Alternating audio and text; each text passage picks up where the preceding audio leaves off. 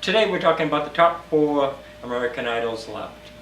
Amber, Angie, Candace, and Cree. I name it that way because that is exactly how I thought it should have went down this past week.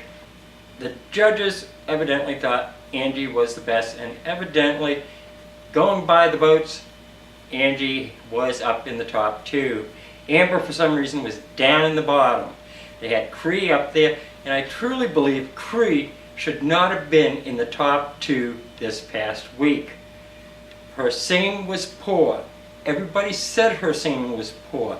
It was a bad week, but once again we have the fans voting for who they want to win instead of voting for who actually sung the best. Because everybody knew Amber and Angie sang the best. They are all great singers, don't get me wrong. But if you're going to go with how they sang that week, Cree was not in the top 2. They chose not to do an elimination because there was no save this year. Another bullshit thing.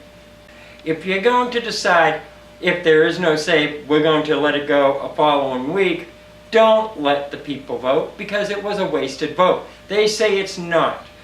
I think it is. I think it's going to be more damage to the people that were in the bottom 2 come next week. They're using your votes, 38 million, and I hate to tell you, but if Amber or Candace end up being really low last week, and even if they get a decent score this week, they still have the chance of going home. It is just totally screwed up how they did it. Another point regarding not using the save. They state that they did not eliminate anybody because they did not use the saves. But the fact remains that if they had used the save, as per the rules that I know, when they use the save, 2 people go home the following week. So why would it make any difference in the amount of shows they're going to show?